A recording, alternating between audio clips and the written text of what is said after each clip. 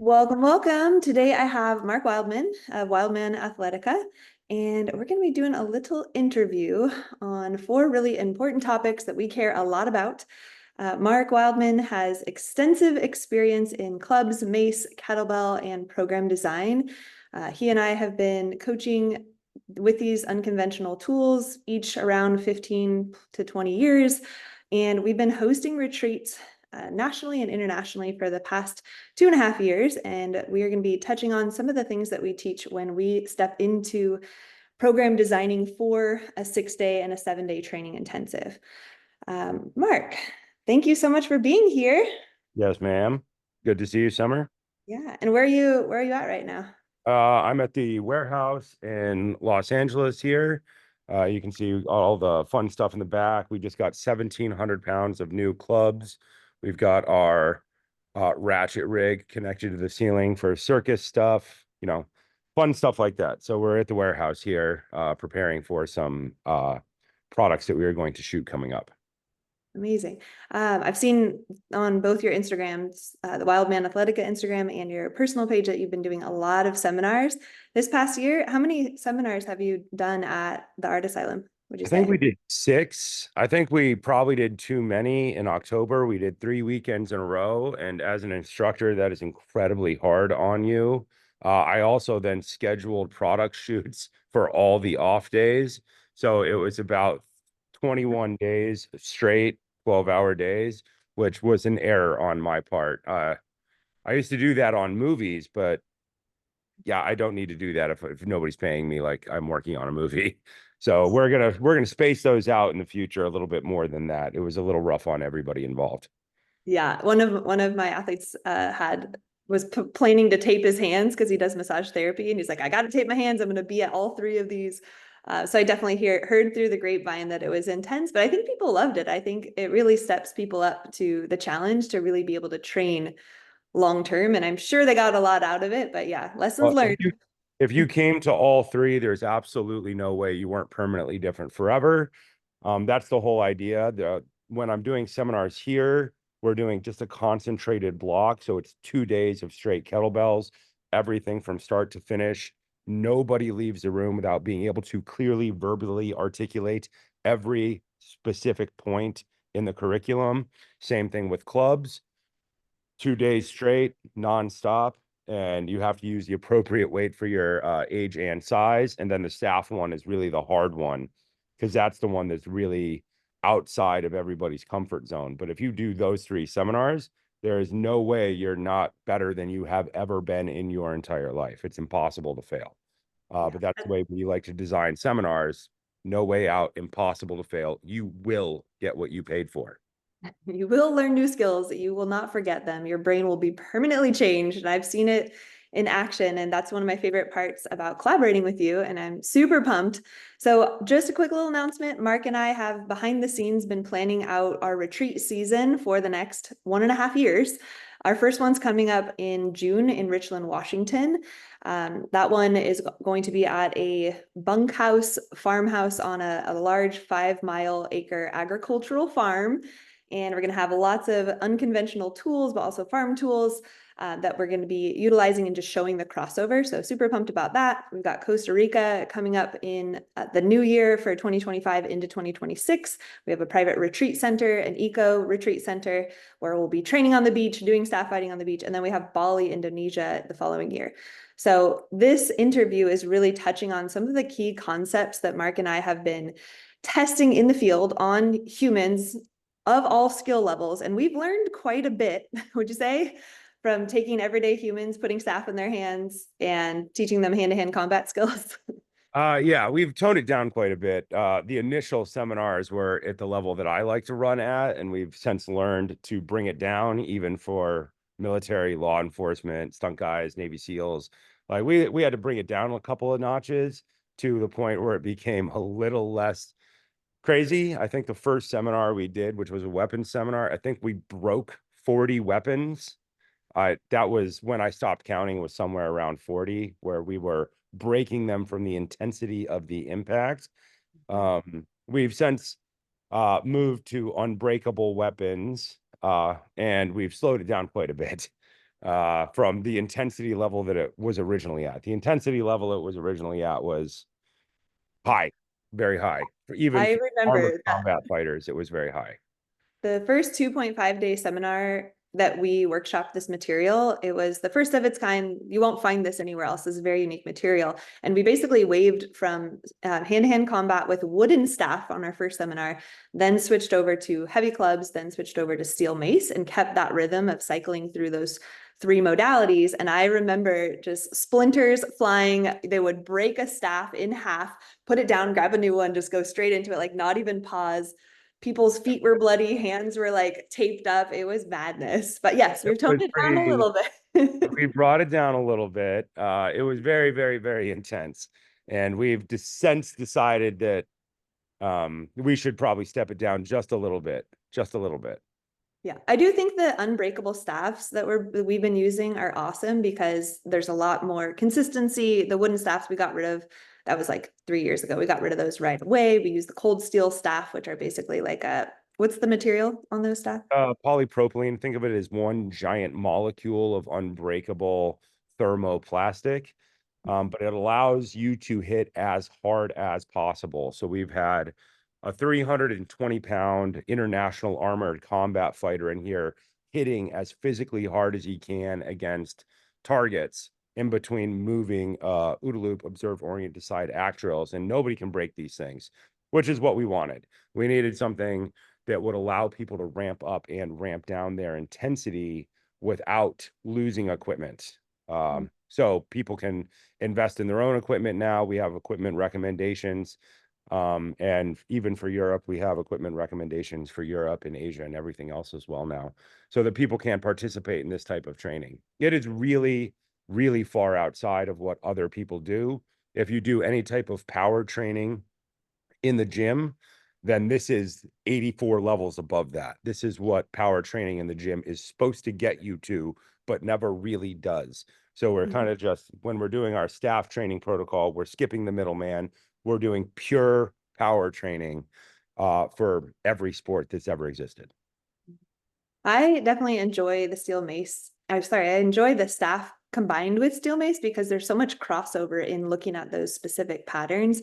And if you're watching this and you're a woman, I just want to encourage you, majority of our retreats are 50-50 men and women. You need no experience in staff fighting. I'd rather have you learn from Mark than try to train on your own or go to some other martial arts facility where they're going to teach you totally different stuff. Like, don't worry if you have no experience in staff, you're going to learn it there and you're going to be very safe as well. We start everyone the same exact way with the most simple drill. And Mark takes each and every person, he looks them in the eye, he helps them with the striking pattern, and then we do drills that build you up. So just so you know, women can do it. You need no experience, and don't worry about trying to train and prep for staff. You can train and prep for the clubs and Mace stuff, but you don't really need experience with the staff. Would you say that's correct? Yeah, and we run all the way up. Nobody fails, everybody succeeds. We have one of our athletes is a woman whose neck was broken in a domestic violence situation, 50 years old, mother of three, and she trains right there now, standing next to A-list actors, stunt guys, and armored combat fighters. She came in with zero experience, terrified out of her mind, and 3 seminars later, she's better than she's ever been in her entire life. Her entire life has changed. So don't think that this is limited to super hardcore people. Everybody comes, everybody learns. The design and learning method is everything. And me and Summer are, I'm going to say, crazy about that topic. Nobody gets out of our seminar without getting everything that they wanted, plus stuff that they didn't know that they wanted. Yeah, and that's why I enjoy these. They're so much fun, and I'm really, really looking forward to it. Okay, so let's get into my official questions. What does functional movement entail? What is your idea of functional movement? This idea of the concept of functional movement? So there's a concept of functional movement, and I think it's really been kicked around a lot by trying to put it into the context of a gym and just leaving out the way that it's been done for the last at least 5,000 years. Functional movement is the optimization of the way humans in particular move. Humans are different than horses, they're different than cattle, they're different than dogs, they're different than dolphins. Humans are unique in all of the animal kingdom because we have thumbs and it allows us to hold on to levers, and the way our shoulder, our wrist, our elbow, our core, our hip, our knee, and our ankle all move together allow humans to do something totally unique, which is throwing patterns. Throwing patterns is the base idea that we talk about when we talk about functional patterns. It's not just pushing, pulling, running, but throwing patterns. Throwing patterns are the separator from everything else. And those throwing patterns could be sport throwing patterns. They could be martial defensive patterns, something like sword fighting or staff fighting, or they could be the use of tools, swinging a hammer in order to build a house, in order to build civilization. So functional movement to me is a little bit different than it is to other people because I am focusing only on the things that humans do that other things don't do, is a primary focus point. So we focus less on running, more on throwing patterns, right? Less on jumping, more on throwing patterns, because that is the piece that's being missed almost everywhere. If you go to a gym and you do a deadlift, a squat, and a press, you'll notice there's no throwing pattern in there. So we're missing our functional thing that we need to do. I like to look back at my favorite examples are the oldest examples of human athleticism that have been consistently the same in human history, and that is martial arts. And martial arts are dominated by throwing and stepping patterns in order to wield weapons. This is why we talk about staff so much. This is why we talk about mace. This is why we talk about club. Because if you go anywhere in the world, you will find staff, mace, and club carved into the wall of a stone temple. If you go to Thailand, you'll see them on a brand new temple. You'll see them on an old temple. If you go to the British Museum, you walk into the ancient Egyptian exhibit, you'll count 50 examples of staff, mace, and club on the wall on stone carvings that are at least 4,000 years old. You will see it everywhere. It shows up over and over and over again because it's important. So functional movement patterns are the things that humans do specifically better than everything else on the planet. And then we can build out towards the other things after that. Awesome. And what I've taken away from training with Mark for the past 3 years, it really put a lot of things together for me. Even though I'd been training with heavy clubs, they never touch on the origins and the actual history behind these human movement patterns. And so I've also noticed with our athletes and both with myself is throwing patterns, blocking and striking patterns. For example, when you're doing a proper cast with a heavy club, we didn't tie that to a striking pattern early on when clubs were first came out. And I really think just looking at shoulder anatomy and shoulder injuries, I really think and feel strongly about this. I'll preach it from the rooftops that when you can have a proper throwing pattern with a heavy club or a mace pattern or a block or a striking pattern, which is essentially a cast, shoulder pain goes away, functionality improves, people sleep better, people have a new understanding of the most important limb in their body, their shoulders. So yeah, I can't speak They enough. understand what human movement is. There's something below everything in human history. Below dance, below language, there are offensive and defensive weapons patterns. Chimps do this stuff, not the level that we do, but they do this stuff. So all the way down, the lowest part of your brain is designed to do something very specific, a very specific type of movement for a specific purpose. It's meant to move you towards or away from a target, to not get hit in the face, maybe to hit back, and to do it while stepping. That should be the basis of all athleticism. All of your lunges, all of your squats, all of your presses are a piece of something that your brain wants to do. So when you teach people this functional human movement by teaching them what humans really should be doing, they tend to get much better at a lot of things. There are other sports get better because they understand why to train certain ways. The most important thing that we teach in the seminars is we're teaching people why to train. We're not teaching them exactly what to do. We're teaching them what and how to practice for the rest of their lives. Which brings me to my next question, pre-training. So tell me, what do you recommend for pre-training? We have about 6 months out from the Richland retreat. That's plenty of time to get some pre-training. What do you recommend? I tell everybody when we're coming to these retreats, you should be doing Summer's Mace program, Summer's Steel Mace Vinyasa program, which is one of the best design programs I've ever seen.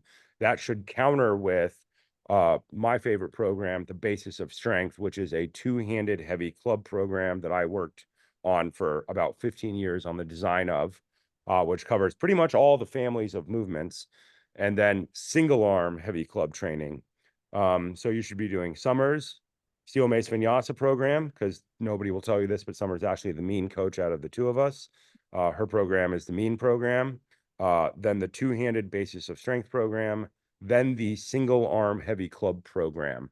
If you do those three programs and you do them 5 days a week, then you're going to be prepared when you get there. That's the main point. We want people to have experience and then get training in person and then go off and have a combination of experience and training to get them through the rest of their life so that they can get better and better and better forever.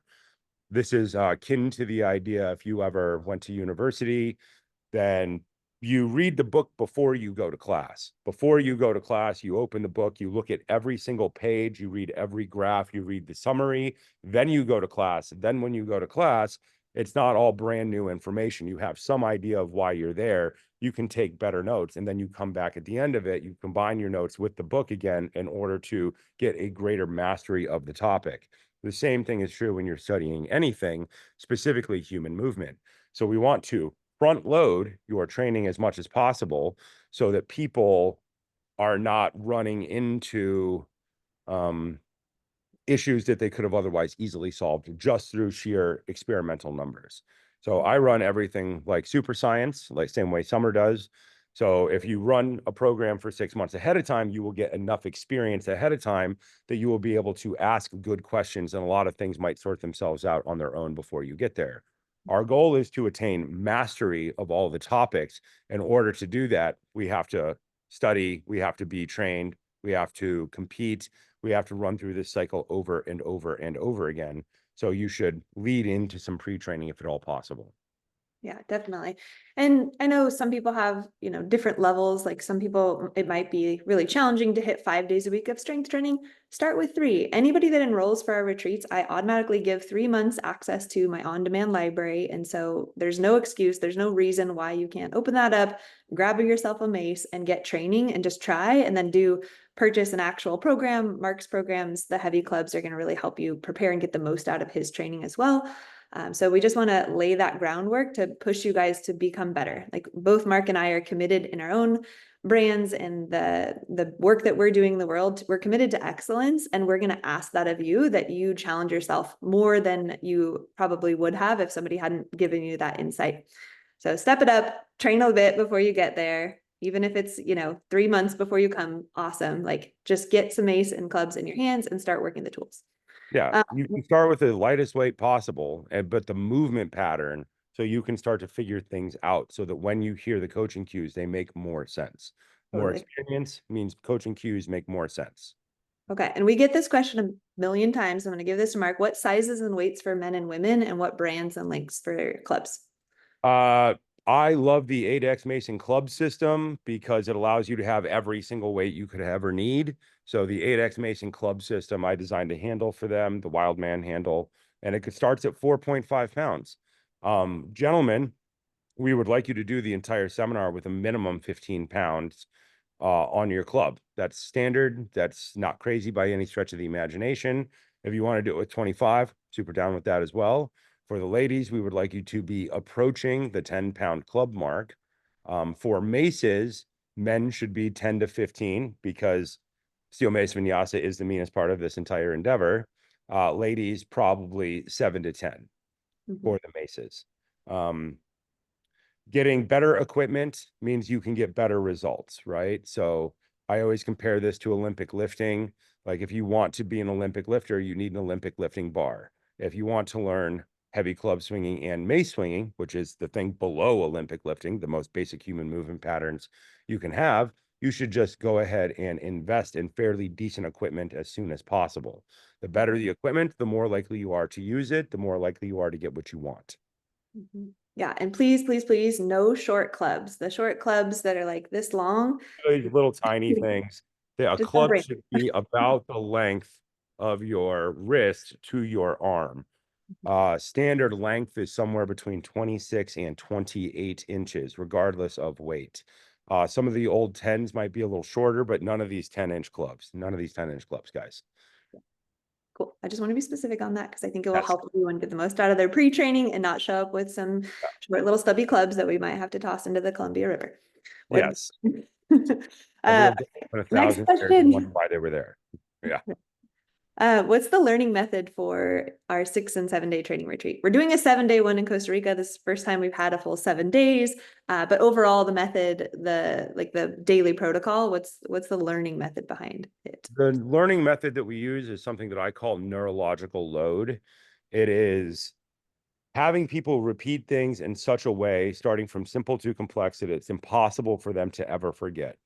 A very simple way that we think about this with the staff training protocols are you're going to make about 40 decisions per minute. Most people in martial arts never make a decision in the first 5 years and never really decide to do something. Staff, we get right into the endpoint objective, which is at least 40 decisions per minute times 40 minutes in an hour. It's about 60 seconds on, 15 seconds off. That expands through an hour for 40 opportunities. So think 40 times 40 is 1,600 learning opportunities per hour. And then we're stacking up in the 6 day protocol and 6 day format. It's about 2.5 to 3 hours of staff, depending on which day it is, which means that we should be having people approach 4,500 decisions per day across 6 days. There's no way you get through the thing without getting at least 20,000 decision opportunities just for staff. That means that statistically you have enough data that you can never forget what to do. So we're very unique when we come to our teaching method. This comes from my work with equestrian therapy when I was young, working with autistic kids and training horses. If you can train autistic kids and you can train horses, because neither one of them understand English the way that you understand English. If you can organize your teaching method in such a way that you can communicate to things that aren't using your same language pattern, then you are training well. So this training method comes from training neuro non-typicals and making sure that everybody gets what they want out of it. The staff section, just the staff section, has at least 20,000 decisions, which means you will have decided to do basic human movement patterns that many times. There's no way out. It becomes a permanent adaptation to the brain. We literally are changing the structure of your brain. When it comes to the Mace and the club, they're a little bit different because they're a little bit slower. So, but the teaching method is the same. It's called nesting. We start with a simple idea and we start from simple and we build to a complex. We build to an endpoint idea with every single step along the way, with reps on each side for everything. And then when we come back, we will repeat the learning method for most of the core movements at least 7 times, which means your technique should be nearly perfect forever. So by training this way, we are ensuring people get exactly what they want out of training. Nobody gets out of this training without getting everything that they want, plus a bunch of stuff they didn't know they needed. And lots of form corrections. We're going to be watching your form. We're giving you regressions. We're having conversations with you. We're interacting with you. Self-coaching, you can only take yourself so far. When you come out to a retreat, you're committed to being in an environment surrounded by your peers. So you got that element of, social pressure to perform well. You've got 2 expert coaches that are going to be giving you corrections. You've got other people that have gone through our training seminars, other people that actually teach and instruct this. So you will learn something. There's no way that you can come No to a way out. seminar without learning very, very unique skills that you can take with you for the rest of your life. Yes, you will have a fundamental understanding of all of your basic club skills, enough that will last you for at least the next 30 to 40 years, right? You will be able to get 30 or 40 years of training out of this. If you just get 5 more years of training, you will be permanently different. You'll alter the way that your body works, your skeleton works, your tendons, and your ligaments, right? Our goal is the muscle tendon change classic, which is a classic concept in Chinese medicine. We are going to alter the brain, the body, the tendons, the ligaments, the muscles, the standing, the breathing, everything. There's no way out. And in simple terms, just so you know, you're not going to be doing like 3 hours of staff in a row each day. You just Oh, a typical day starts with 30 minutes of staff, cycles you get a little break, then you go into an hour of clubs with Mark, a little break, then you go into Steel Mace. And when I'm talking little break, I mean like 5 minute, 10-minute break. Then we have a big break for lunch, and then we repeat the cycle. And there's so much variety in the way that we program. So you're not going to get bored. There's always going to be new situations, new environments. And we build in rest days as well. So we have an offsite day after we've done like 2 or 3 days of heavy training. We have a half day where we're going offsite. Each different retreat has different offsite adventures, but the purpose of that is to get outside, explore a new space, set your tools down for a moment, and have actual recovery so that you can hit it hard on day 4, 5, 6.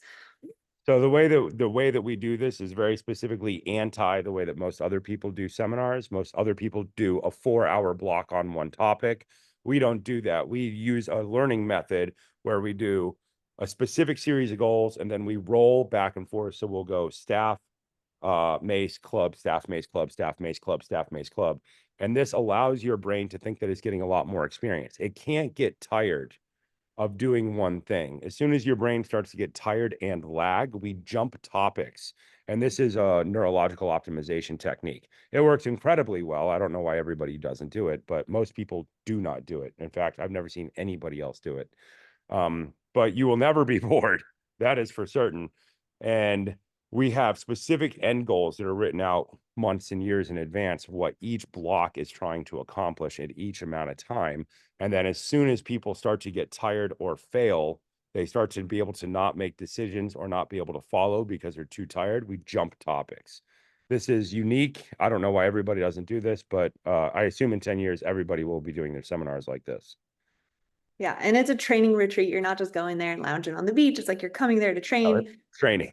Yeah, build in a couple days after the retreat to hang out on the beach if you're coming to Costa Rica or Bali, but you're there to train and gain new skills and then have a rest and have some exploration time after or maybe before. All right, final question. What would you say to someone that's on the fence about doing one of our 6-day, 7-day training retreats?